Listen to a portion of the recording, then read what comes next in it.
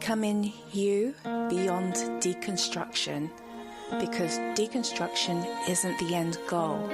Living a vibrant, soul-aligned life is.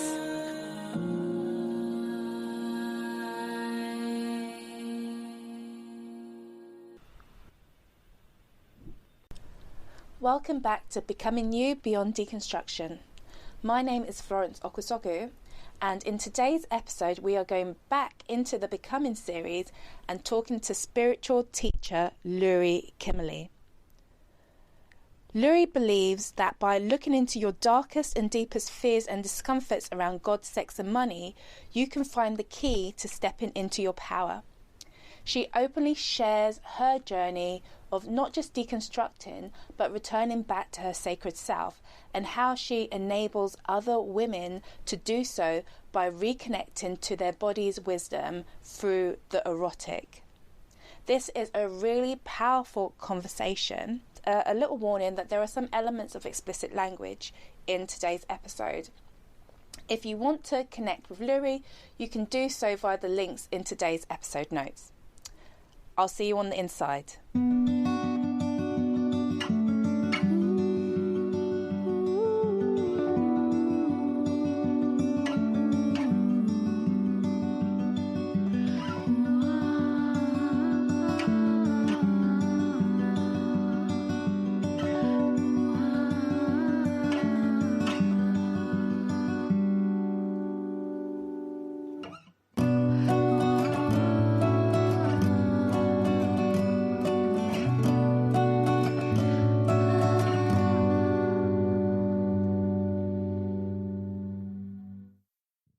Of course. My name is Lori, and I am an erotic spirituality teacher.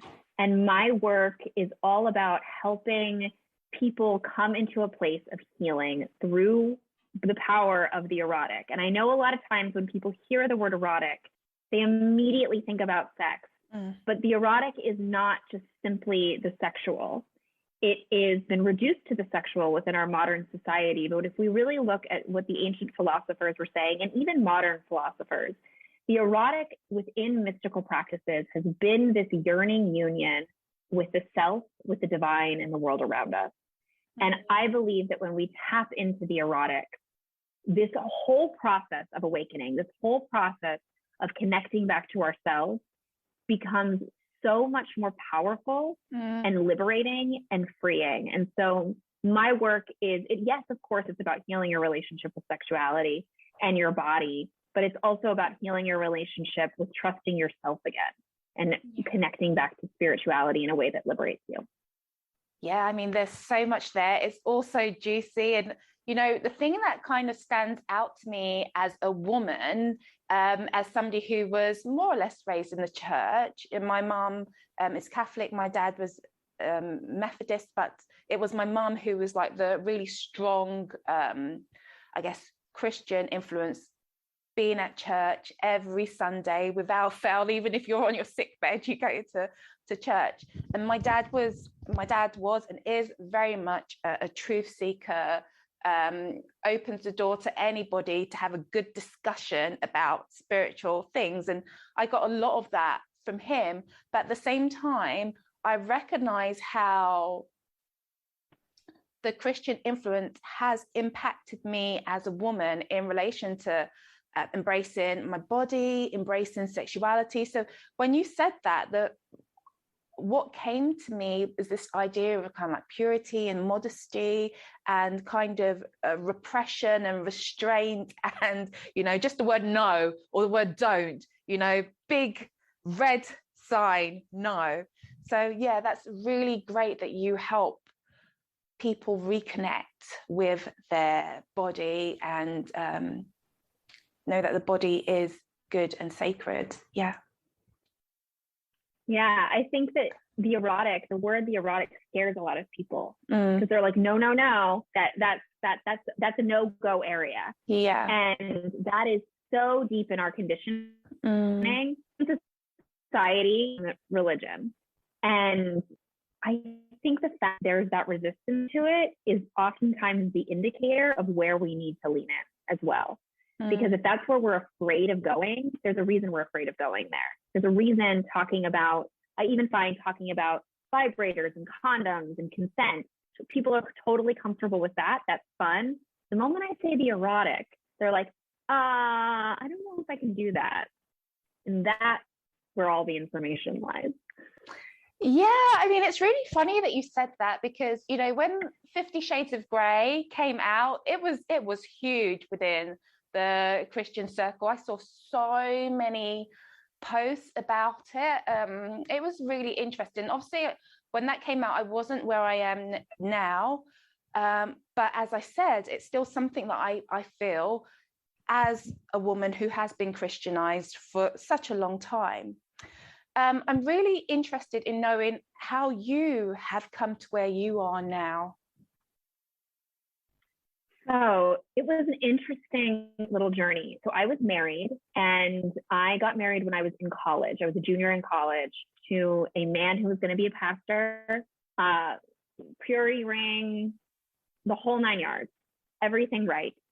And we'd been married for about 5 years, and he had started attending seminary, and we were living in a seminary that was, I think, very liberal to a lot of conservative Christian standards. But I had just spent about a year and a half working in the Philadelphia school district and working at a theater in Philadelphia, and sort of surrounding myself outside of this very conservative bubble that I had been in since I started going to college. And there was a part of me that had been cracked open by leaving that bubble, where I saw that there was so much possibility and so much more out in the world that I was discovering and experiencing. And then living back in this seminary was suffocating to me. Yeah. That's the word that came up for me. That must have been suffocating. It was really suffocating. And it was very much being presented with, there were 3 options for me as a woman who was married to a pastor. I could have his babies. I could get a really stable administrative job supporting him, so I could financially support his ministry. Or I could get a degree alongside him so that I would be his partner in his ministry. But I was studying theater. I didn't want to do any of those things.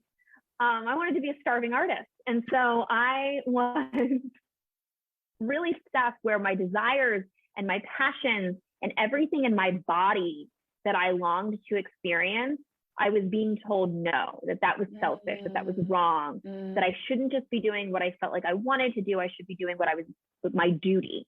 Oh, God. And it was horrific. Yeah. And the tension just built completely up, where I just got to a moment, fuck this shit. I'm not doing this anymore. Yeah. And I decided that I was going to find out what it meant to be a woman who loved God in its truest sense. Because if every fiber of my being longed for what these people were telling me I needed to be, then this couldn't be God. And that's what started me out on this journey. And I went almost directly into the world of goddess worship. And it was super on the DL. Nobody could know. My now ex-husband knew, but like, I wasn't really even telling him. I was like, I'm just interested in researching goddesses. But I was joining Facebook groups, and I was joining communities where we would just get together and say things like what we desired. And we would talk about like that our pussies were holy. And we would say things like, oh, may the goddess bless you. And there was something that rippled inside me that felt like it was being freed the moment I started practicing this. Yeah. So that's kind of how the journey started. And what ended up happening was eventually we got divorced. And ultimately, when I was in theology school, this is before theology school, I was introduced to the writings of Audre Lorde, who wrote the text, The Uses of the Erotic. And so this is a foundational text for all of my programs. And I have my clients read this before I coach with them. And she was talking about how the erotic is this sacred energy that exists on a feminine plane that we have been disconnected from and has been reduced to the pornographic. And this began my process of trying to understand what erotic spirituality was. And so I finished that master's program, went into another master's program studying feminist theology and just essentially how has religion worked to disconnect women from themselves. And that is now, and the journey continues, I guess. But now I help other women with that same thing. So that is so amazing. You did 2 masters to try and kind of feed this hunger that you had to know more, and to kind of reaffirm that you were on the right path, or that, you know, this feeling inside of you wasn't wrong. Because I think that's kind of what you were saying. You were, in a sense, made to feel like your desires were unacceptable, that they were selfish, and that your duty as a wife lay in making the world easier for your husband, basically. Yes. And I've joked before that sometimes I think I got a master's degree just so I could beat someone in a debate. Yeah. But I think that there is this sense of, that I experienced, this sense of, you know, you're wrong. Yeah. And because everyone else around me was in seminary and studying the Bible and were holy people, like they must be right. And even the books I was reading, written by, you know, probably very common books that everyone else was reading, Hay House, published by Hay House, spiritual teachers, who are really smart, but these were not academic writers. It was reinforcing to all the trained seminarians in my life that I was not following like a logical, appropriate, respectable path. So it was funny to me that the moment then that I got a theology degree and I was able to actually research some of this stuff that is in more pop spiritual things and be like, well, what's the truth? Where's the truth there? And like, what's correct? And find out that at the core of what they're saying, there's definitely some facts that are incorrect, but at the core of what everyone is saying is that like, you are holy is not a crazy idea. In fact, it's something that is old and ancient and has been known for a really long time, that I very much think that it is within the space of the Enlightenment that we have forgotten about, like our sacred connection to the earth. Probably earlier, but that's what I think the nail was in the coffin. So much there.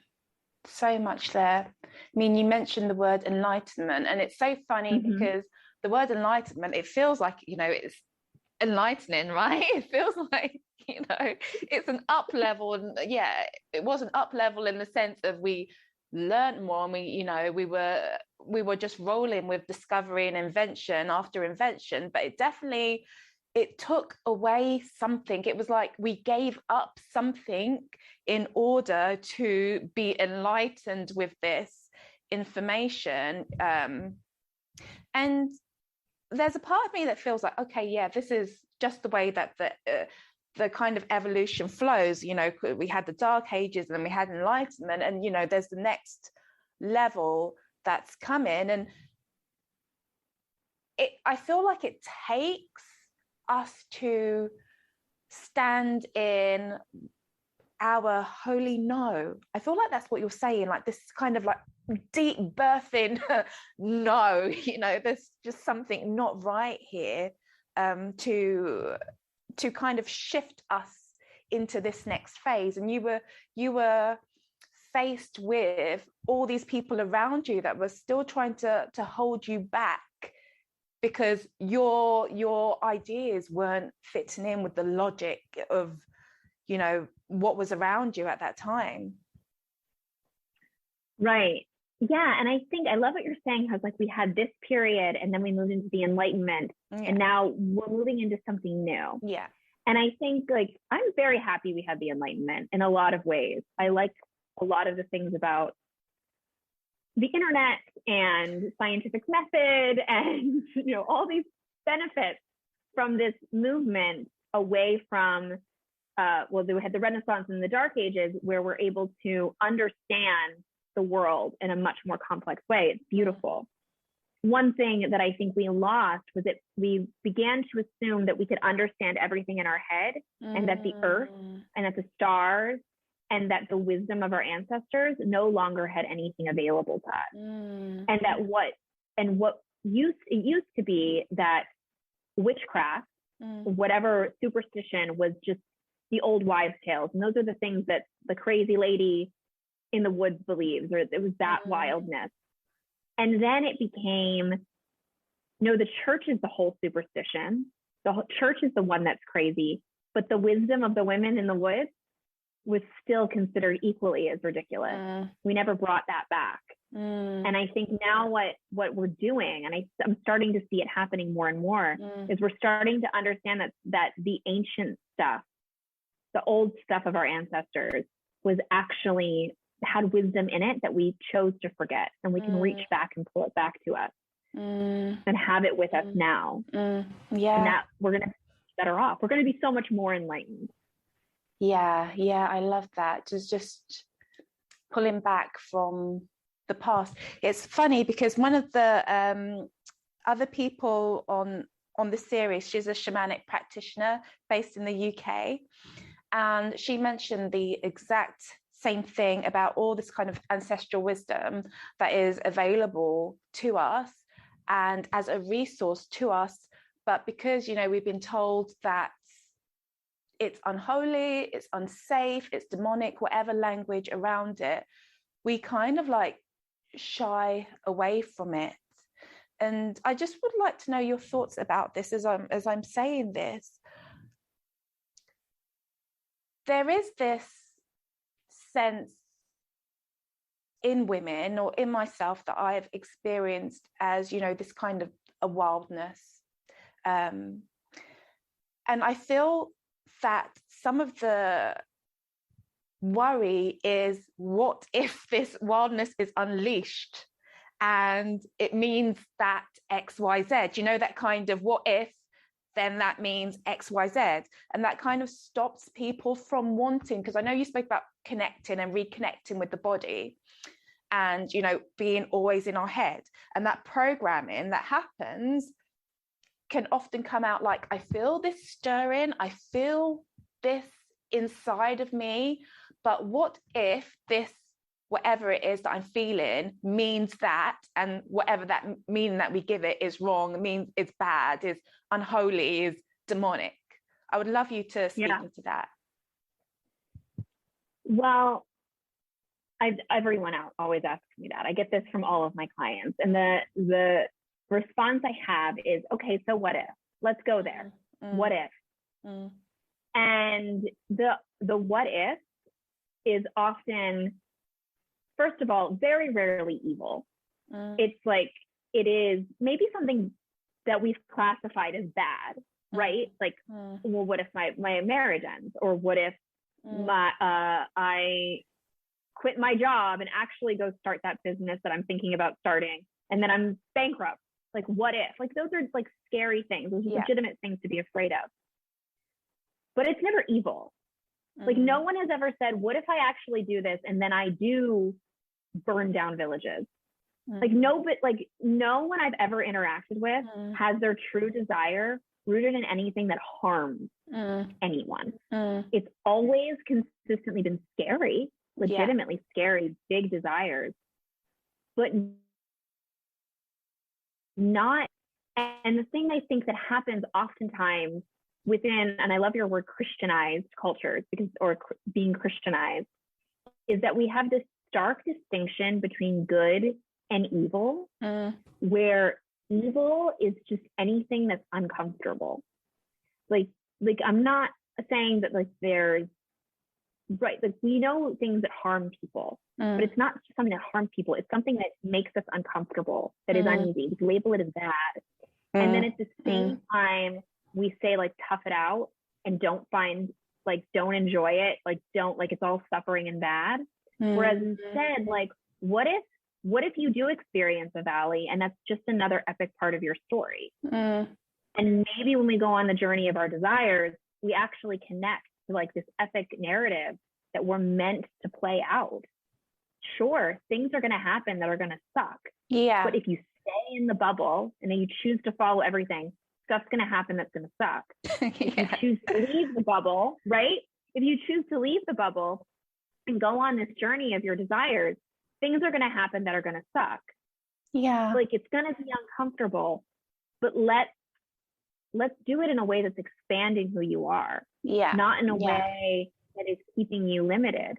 Yeah. Does that make sense? That makes so much sense. So what I'm hearing is that you're saying that, you know, we're faced with a choice. Fundamentally, we're faced with a choice. We can stay in the quote unquote safe bubble where people accept us and we're not rocking the boat, and we might feel uncomfortable in it, or we definitely will feel uncomfortable in it, but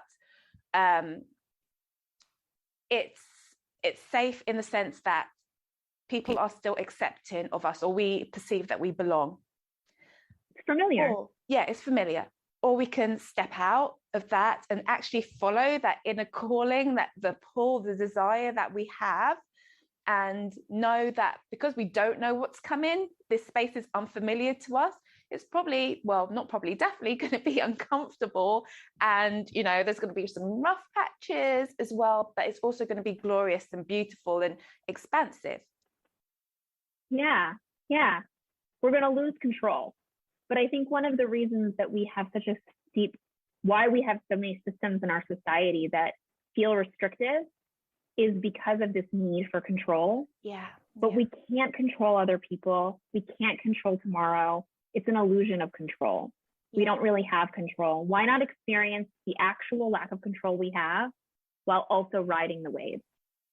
It's really interesting that you say that on so many different levels. So many things are coming to my mind. I'm just going to spill it all out and hope that something kind of lands. So the word Leviathan, because Leviathan, I think, was a monster in the Bible, wasn't it? It's also kind of a political or sociological idea of we need to be able to control. So that idea of control as well. We have police systems and we have all these things in order to control and shape society.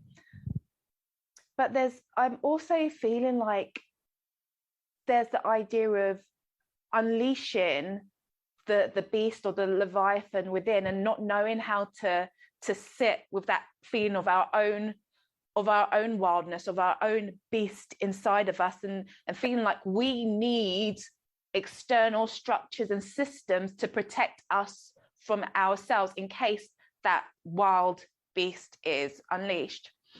And the last thing it reminds me of, when I was working within mental health and working with clients who suffered with anxiety and just anxiety disorders, a lot of the things around GAD and general anxiety disorder and worry was this idea of losing control. The what if would always be kind of like a dominant thought there, an inability to trust yourself, to need to even control your own thoughts.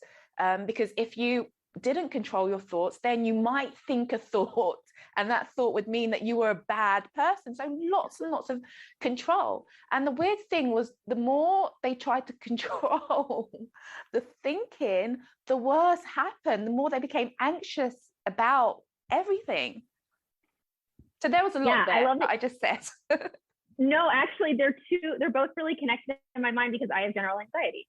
Okay. And so I get what you're talking about. And one of the things that has been a huge part of my healing journey with anxiety, the way I've learned to deal with my anxiety, is to get to know my anxiety, not to try to shut it off, not to try to turn it off, but to get to know it. And I travel. I don't have a permanent home right now. And so I'm often in airports, and I get anxiety in airports all the time. And I have a panic attack where, like, I see white, I go into fight or flight. It's bad. But I've learned so much about how to deal with it that I just, like, me and my anxiety go over and we sit down and we have some tea and we just sit together, and I just pause with my anxiety, and we get to know each other, and I find out what she wants to let me know and what I need to do. And then I talk to her about how, like, no, the plane's not leaving for an hour. We're not actually going to miss it. And, like, all the things that I need to say to her. that's the Leviathan as well, right? Yeah. And the thing about, if we can get biblical for a minute and talk about the gospel and all that stuff, the thing that I really love about the Bible, and even though I'm no longer a Christian, studying the Bible as literature was a transformational experience for me in theology school. And the thing that's really interesting about the gospel narrative is that this is a story about God, who in that narrative is perfect and all loving, coming down into the world where love is not. There is no love. It is described as like this place of death. It is the place of sickness, of disease, of suffering. And divine love interacts with all this disease and suffering. And by coming at disease and suffering and pain and death and looking it straight into the eye, that is where it's healed. And that is where it comes forward. We often think we're going to deal with our Leviathan by shutting it down and keeping it in a cage. But the actual truth that I believe is that when we bring that kind of love to ourselves, when that's what I think like being Christ consciousness is, what Gnostics talk about is like the Christ consciousness. It's like we bring that kind of love to our darkest parts of ourselves and we allow love to go there. That's when the beast, unleashing the beast and actually loving it, then it can't destroy. It'll actually just simply be resurrected. Yeah. And that's what happens. So I'm all about owning the beast. Yeah. Like letting it out, letting it scream. And in my programs, we have whole practices where we scream and we throw pillows and we rage and we like let out that wild woman inside of us and we get to know her, because she most often is very happy if she just throws a pillow around a room. She really doesn't want to burn anything down, right? Like, she's strong and she's fierce, but most often she's coming up because there's an injustice or a lack of love or something wrong where she needs to experience that love. I mean, I totally resonate with what you're saying and agree. And I think the other thing that kind of touches on is this idea of a lack of self-trust, especially in relation to our own boundaries. I know through my own client work, and even if I just think about myself, I was in a relationship for 16 years with somebody who I was, it was a codependent relationship, and it was in the latter end when they kind of found Christianity, and because of their own needs, it became very fundamental, and it was very difficult to live under. So it really, I felt a need to make myself smaller, to kind of fit into this box in order to keep the peace, basically. So by the time the relationship ended, I felt like I couldn't trust myself. I had contracted myself so much that even just an idea of kind of stretching out was like, oh no, you can't do that. What if? And it was even weird stuff. It was like taking scriptures out of context. So about if you look at a woman, then you've basically committed adultery anyway. So it was like, you can't look at another man. It's not even that. You can't even think that another person is good looking, because all of that is just bad, and you're a bad person if you do any of that. So it was really, really, really hard for me to trust myself when I first came out of the relationship. I think it took me around a year to kind of begin to get that ability back. And one of the things that I did was I decided that I'm going to watch the whole six Harry Potter movies, just because, I want to see, if I can trust myself what's the worst that can happen? I'm going to sit here and I'm going to watch all 6 Harry Potter movies, because that was something that I would never have been able to do in the relationship, and that's something that I want to do for myself now. And that kind of rebellious, no, I'm an autonomous person, and I believe deep down inside that I can trust myself, and this is one way that I'm going to show myself that I can do that. And that's how it came out.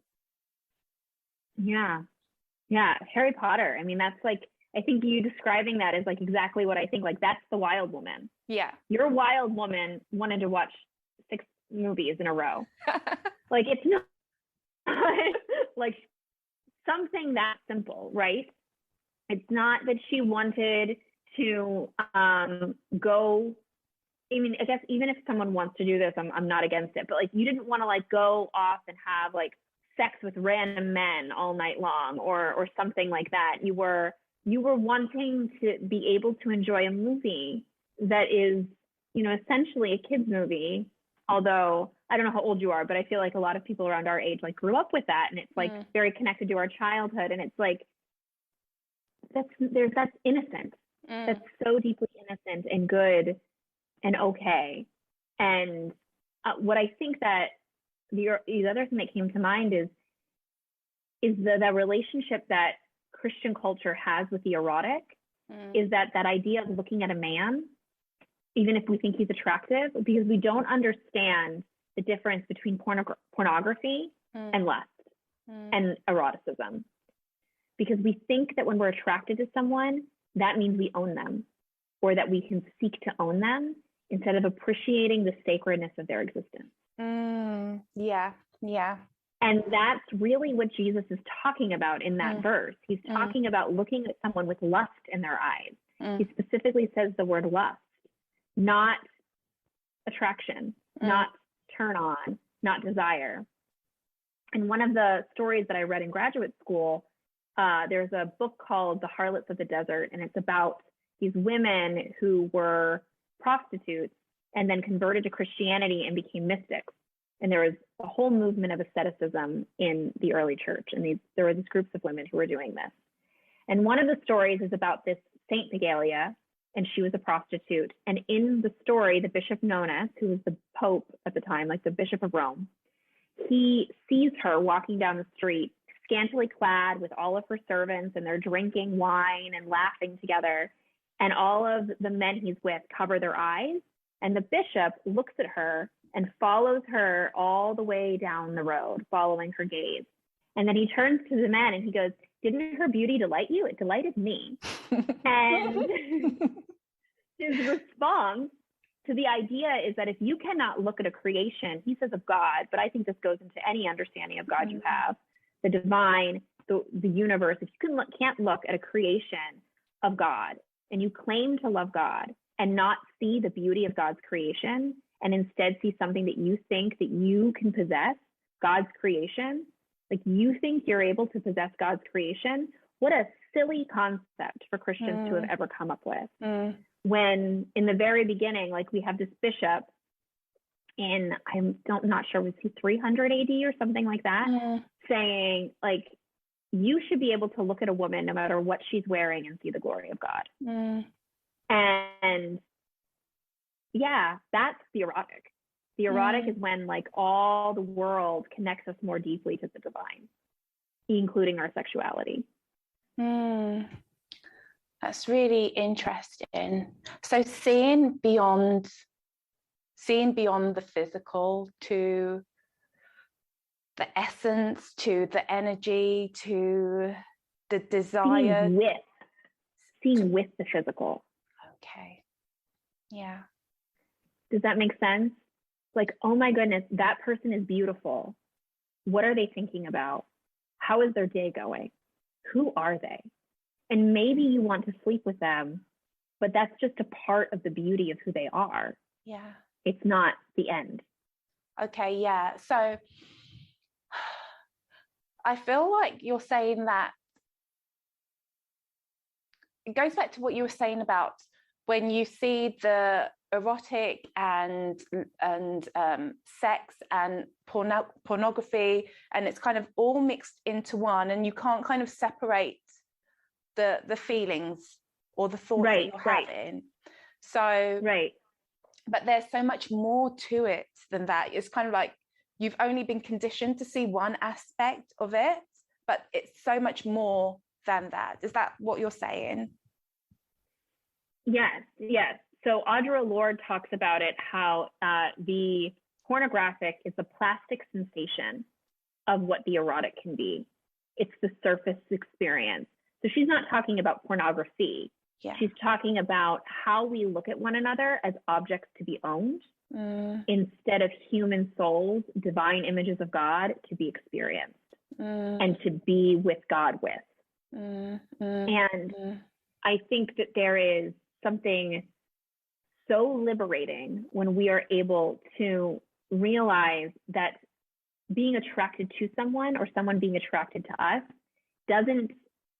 it's not the fullness of the expression of what our sexuality is, to stop it at just simply sex and to not connect to that person. And I don't think we even talk about sex and marriage in the Christian world like this. We talk about it like lust is attraction instead of lust is the antithesis or the shadow side of attraction. It's the problem part of attraction, and attraction is something much more holy. So it feels like it's calling for a deeper connection, deeper intimacy, a deeper knowing. And that would be really interesting if we could turn that onto ourselves and see what is beautiful and sacred within us. I'm sure that's part of the work that you do. I kind of have a funny feeling that that's part of the work that you do as well. Yeah, it begins there, right? Yeah. So I talk about how most often when I ask women what their desires are, they immediately go to something related to the world. They'll say something like world peace, justice, like goodness for everyone. And that's a great thing to desire, not smacking that at all. But unless that is not something you're actively on your daily basis working towards creating, it's something you're hoping someday will exist. Does that make sense? Yeah.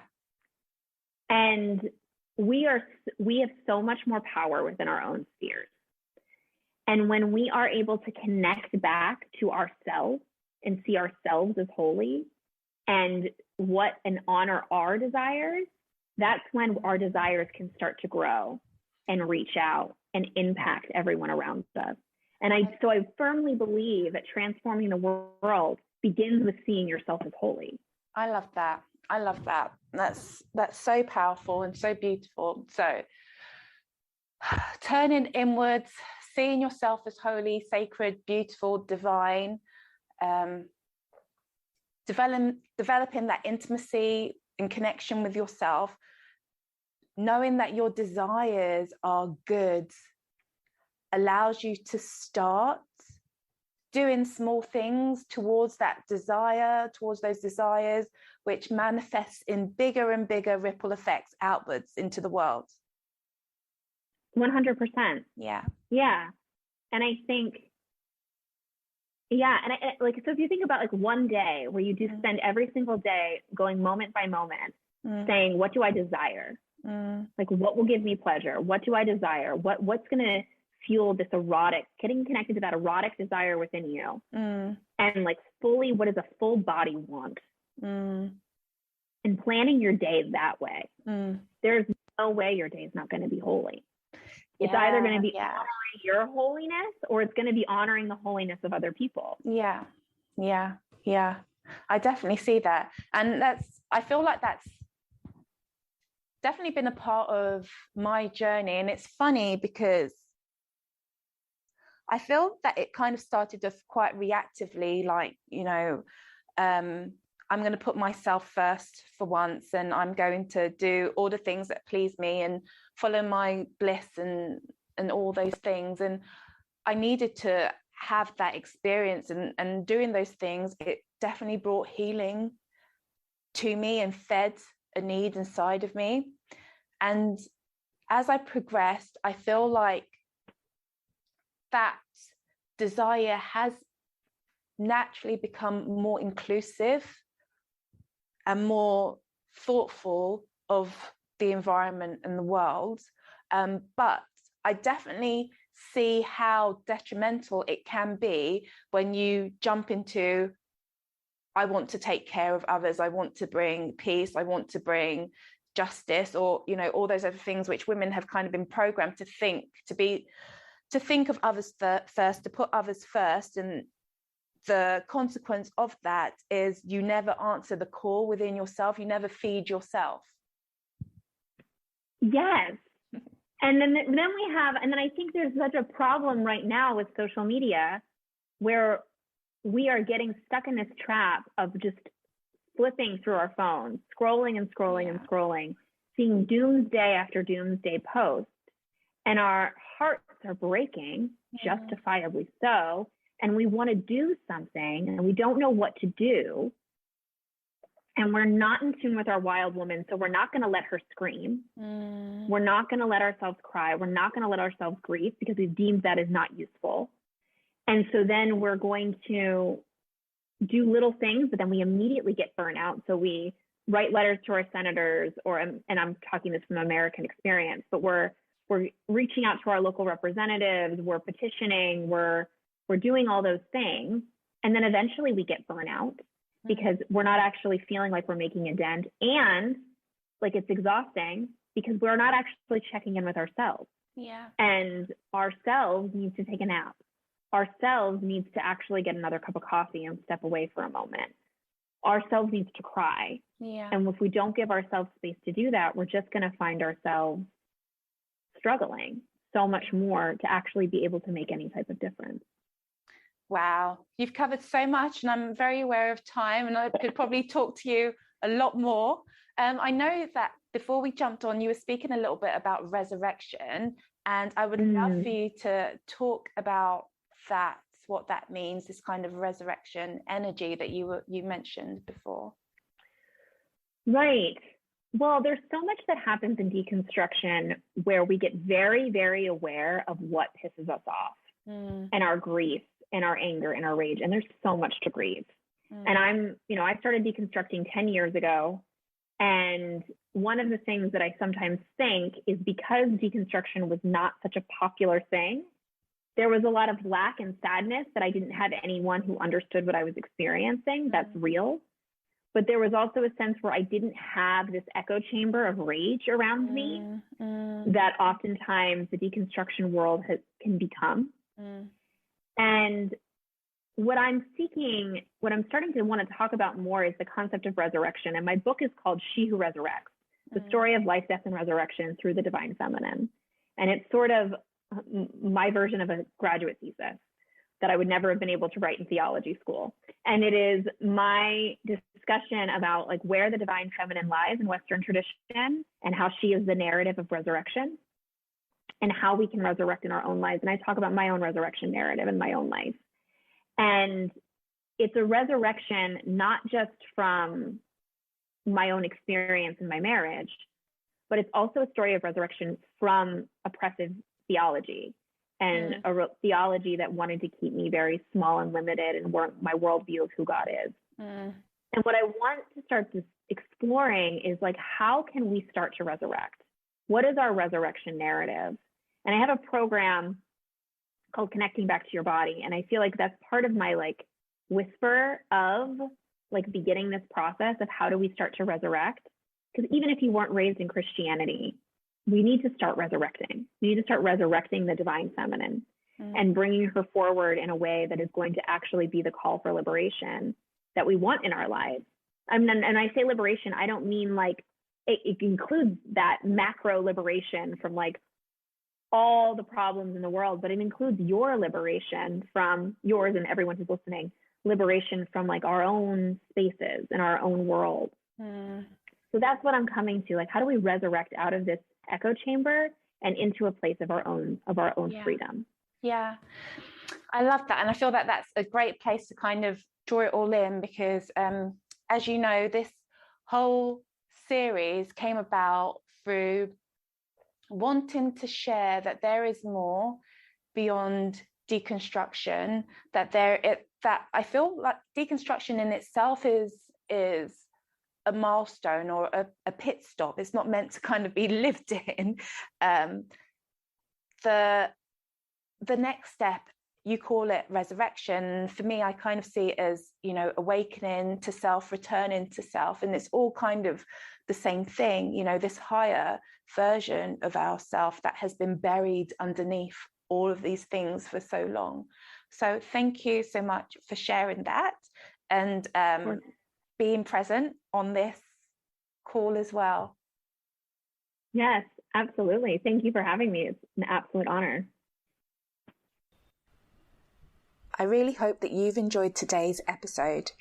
If you want to connect with me and continue the conversation, then you can go to my website, becomingbeyonddeconstruction.com. And if you're interested in supporting the work, then please feel free to buy me a coffee at buymeacoffee.com/livingfromsoul. My name is Florence Okwasogu, and I'll see you on the next episode of Becoming You Beyond Deconstruction.